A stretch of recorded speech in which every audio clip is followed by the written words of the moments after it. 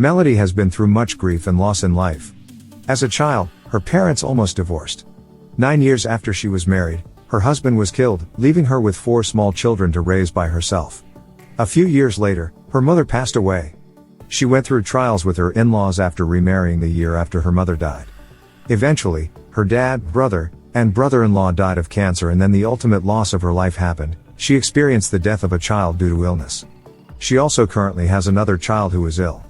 She and her husband have experienced being laid off twice, as well as having to live 2 hours away from each other for a few years due to work. Melody is a shining example of trusting and loving God through life's storms. At the funeral of her child, Melody publicly gave her child back to God with gratefulness for the time she had received with her precious daughter. To go through so much heartache and loss, and to continue to serve and love God, is an incredible testimony of God's amazing grace. Melody's life is a reminder to me to love God and others, and to clearly understand how short this life truly is. The heartaches we face are no match or comparison for what awaits for us when God calls us to our heavenly home. All of our lives are just a vapor, appearing for just a little while. Melody is a bright light for all who know her and who have seen her struggles. It is completely awesome to see someone who trusts God and lives for Him through so much heartache and pain.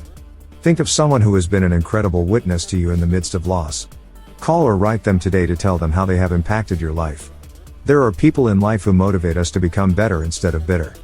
They inspire us in our relationships with God and others. Melody has been that person for me as long as I can remember. Be thankful for the Melodies you know who encourage you in your trials. Thank them for being a great witness and a great source of encouragement.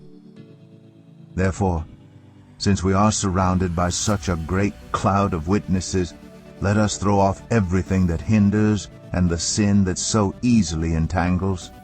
And let us run with perseverance the race marked out for us, fixing our eyes on Jesus, the pioneer and perfecter of faith. For the joy set before Him He endured the cross, scorning its shame, and sat down at the right hand of the throne of God. Consider Him who endured such opposition from sinners, so that you will not grow weary and lose heart. Why, you do not even know what will happen tomorrow. What is your life? You are a mist that appears for a little while and then vanishes.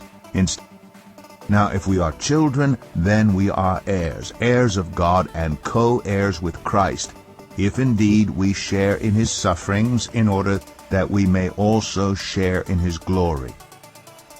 I consider that our present sufferings are not worth comparing with the glory that will be revealed in us.